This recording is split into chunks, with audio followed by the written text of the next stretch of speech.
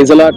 நல்லா இருக்கீங்களா எல்லாரும்? இந்த நாளிலும் கூட ரொம்ப அழகான ஒரு வார்த்தை லூக்கா 18ஆம் அதிகாரத்துல 14ஆம் வசனம் 4ஆம் வரியை வாசிக்கிற கவனித்து பாருங்க.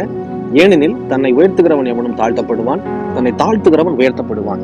இதுக்கு மேல இருக்கிற 10ஆம் வசனத்திலிருந்து வாசிச்சு பார்த்தா ஒரு 2 பேர் தேவாலயத்துக்கு கடந்து போறாங்க, பரிசேயர், ஆயக்காரர். அப்போ அந்த 2 பேரும் 2 வகையான ஜெபத்தை செய்யறாங்க. அதுல பரிசேயருடைய ஜெபம் நல்லா கவனித்து பாருங்க. நான் கதை போல சொல்றேன், நீங்க வேதாகமத்தை எடுத்து வாசிச்சு பாருங்க. என்ன அப்படி செய்யறாரு அப்படின்னா, ஒரு சில மனுஷர்கள் எல்லாம் காமிச்சு, ஆண்டவரே நான் இவர்களை போலெல்லாம் இல்ல, அதுக்காக உனக்கு ஸ்தோத்திரம் அப்படின்னு சொல்லி மற்றவங்களை காமிச்சு பேசி ஸ்தோத்திரம் செலுத்துறாரு. இந்த மாதிரி ஸ்தோத்திரத்தை ஆண்டவர் கேட்கிறாரா? கேட்கவே மாட்டார். இந்த மாதிரி ஸ்தோத்திரம் செலுத்திடாதீங்க. 2வது என்ன செய்யறாரு? ஆண்டவரே நான் உபவாசம் பண்ணி ஜெபம் பண்றேன், என்னுடைய சம்பாதியத்துல எல்லாம் தசம பாகத்தை கொடுக்குறேன் அப்படின்னு சொல்லுகிறார். உபவாசம் பண்ணி ஜெபிப்பது அவசியம். 2வது தசம பாகம் கொடுத்தே ஆகணும், அது நம்ம ஆசீர்வாதம் இல்லையா? இதையெல்லாம் ஆண்டவர்ட்ட சொல்லி காமிச்சு ஜெபிக்கணும்னு அவசியமே இல்லை. ஆனா ஆயக்காரருடைய ஜெபத்தை கவனித்து பாருங்க. வானத்துக்கு நேரா தன்னுடைய கண்களை